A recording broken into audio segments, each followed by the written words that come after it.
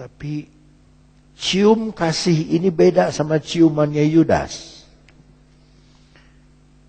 Sampai waktu Yudas mencium Yesus, Yesus bilang, dengan ciumankah kamu mengkhianati aku, menyerahkan aku? Apa artinya cium? Persekutuan.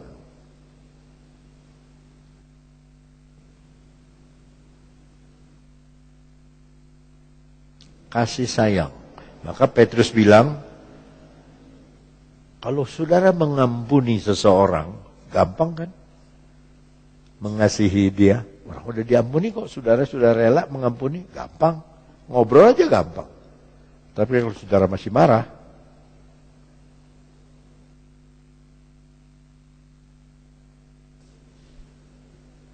boro-boro cium, ngaliukin tuh dek.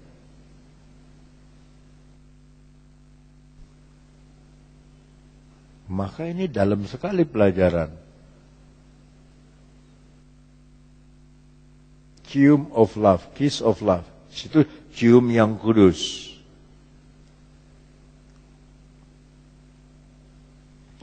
Pertamanya ada kata greet. Greet itu kasih salam seorang dengan yang lain.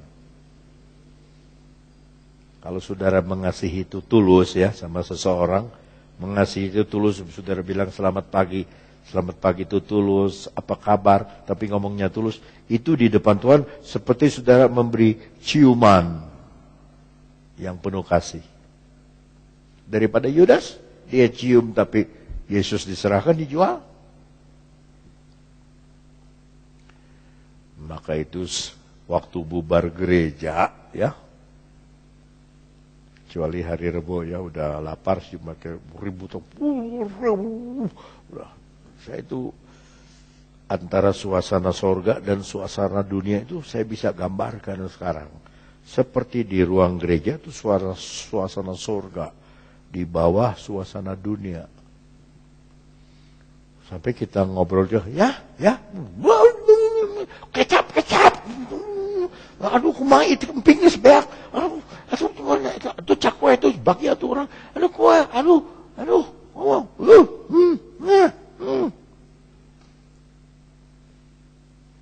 Di mana ada kasih, di situ ada ketenangan.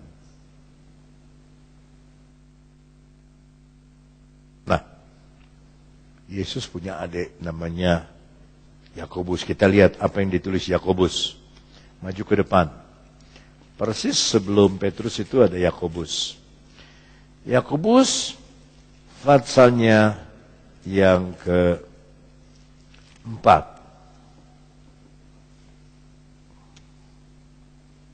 Dapat saudara?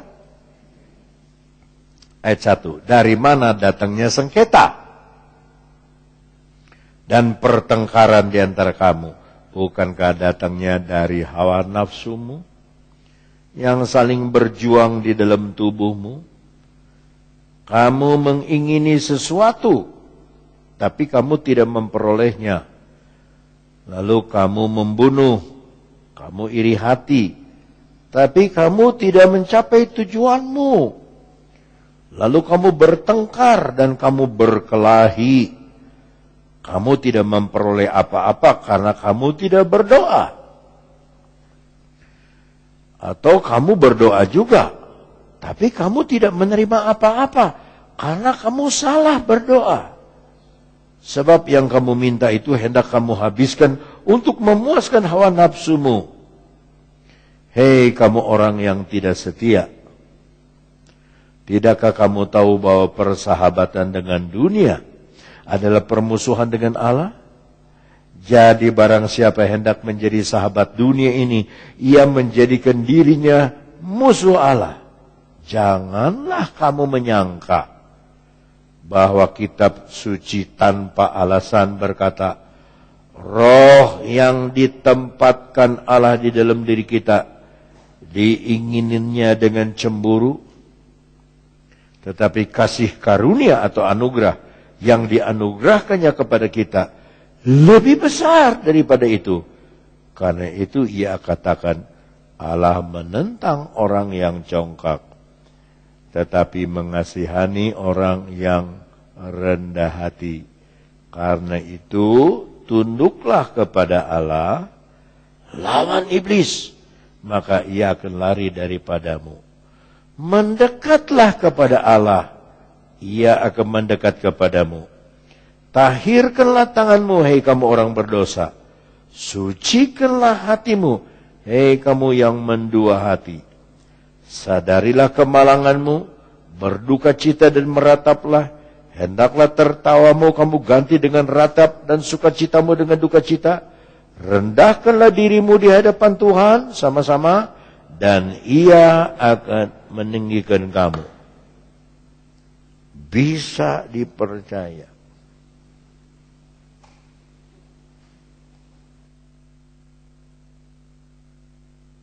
Kembali lagi kepada Petrus tadi, ayat 14.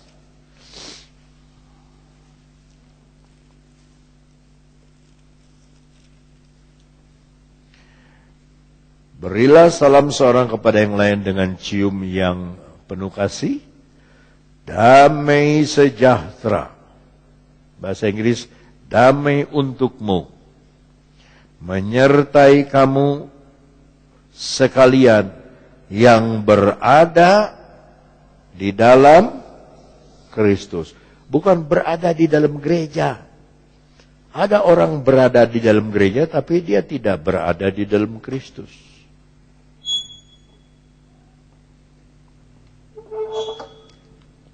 Sama seperti saya bilang, pendeta banyak, hamba Tuhan sedikit. Jemaat banyak, anak Tuhan sungguh-sungguh itu sedikit. Maka hendaklah kita cerdik seperti ular, tulus seperti, harus seimbang antara ketulusan dan kecerdikan ini. Sebab kalau kita cerdik nggak tulus, kita ngebohongin orang terus, nipuin orang, pinjam duit nggak bayar. Tapi kalau kita tulus, kita ditipuin orang. Tapi kalau kita tulus dan cerdik,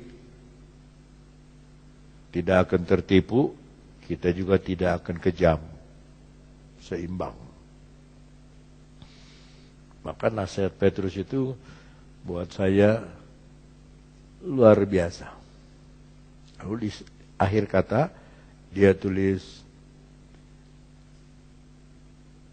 damai sejahtera bukan menyertai untuk kamu sekalian yang berada di dalam Kristus. Jadi pertanyaannya, apa sekarang saya di dalam Kristus apa tidak?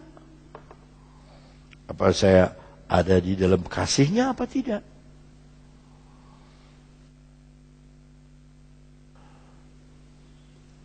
Coba saudara baca ayat terakhir itu bersama-sama. 1, 2, 3.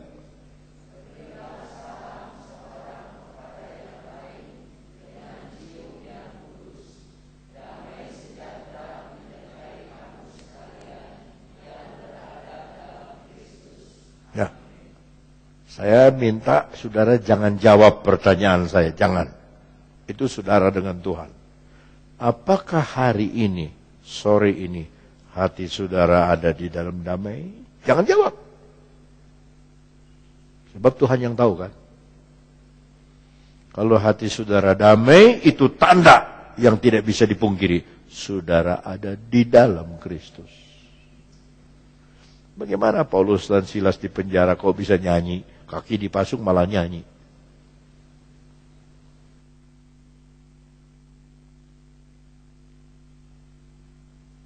Punya damai. Nah, damainya dari Tuhan itu nggak bisa kelelep percobaan, nggak bisa kelelep kesusahan, nggak bisa orang perlakukan kita nggak adil terus kita nggak ada damai, nggak.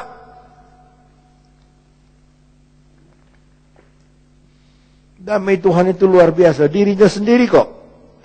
Maka kalau sudah di dalam Kristus, tanda pertama damai. Kelihatannya di mana damai? Senyum. Lain Camrut. Masuk gereja, siga Jagger. Teman can punya damai. Damai mah panggil teh, aduh senyum. Biar sakit gigi, tapi kalau saudara senyum, kelihatannya bagus kan? Kunahan mana teh senyum teh gitu, kan jadi huntu. Tapi saudara, itu bukti saudara ada dalam damai, ada dalam sejahtera.